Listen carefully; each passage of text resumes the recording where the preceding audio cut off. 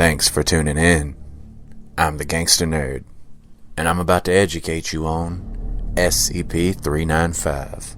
Object Class: Euclid. Special Containment Procedures. SCP-395 is to be kept in the center of a locked room at least 10 meters wide. No female personnel are to be allowed into SCP-395's room under any circumstance. The room is to be guarded by 2 male personnel at all times. Any unusual behavior should be reported immediately. Any independent movement on the part of SCP-395 should likewise be reported. SCP-395 is to be fed 1 liter of a half-and-half mixture of blood and milk, both taken from the same individual, once a week. Failing to follow a regular feeding schedule will cause SCP-395 to increase its range at a rate of 10 meters per day without food. If it has not been fed for more than 1 week past its expected time, it will begin to...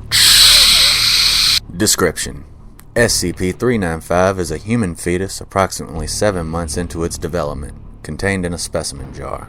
The jar is filled with a standard formaldehyde solution with traces of blood. When a female human comes within 5 meters of the jar, SCP-395 is able to telepathically influence her. At that point, the subject will feel a need to remove SCP-395 from its jar and allow it to feed in the normal manner. All women, regardless of age or medical status, will lactate under the telepathic inducement. Once the milk has been exhausted, SCP-395 will continue to feed, drawing blood and gnawing flesh from the subject.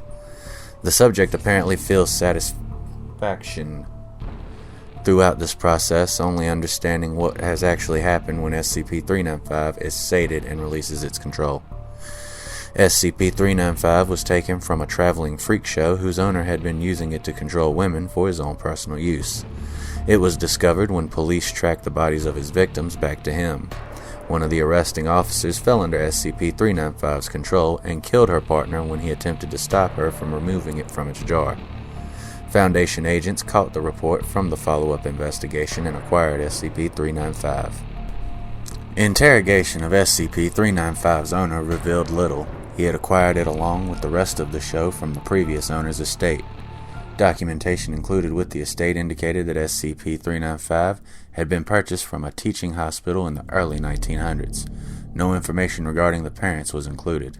Testing by male personnel shows no detectable life signs while SCP-395 is inside the formaldehyde solution in its jar.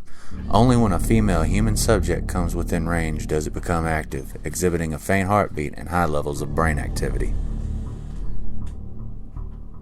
So it's an evil fetus in a jar that eats women. Sorta. Good stuff. I'm Walt, the most gangster nerd on YouTube, and I'll be seeing you soon enough.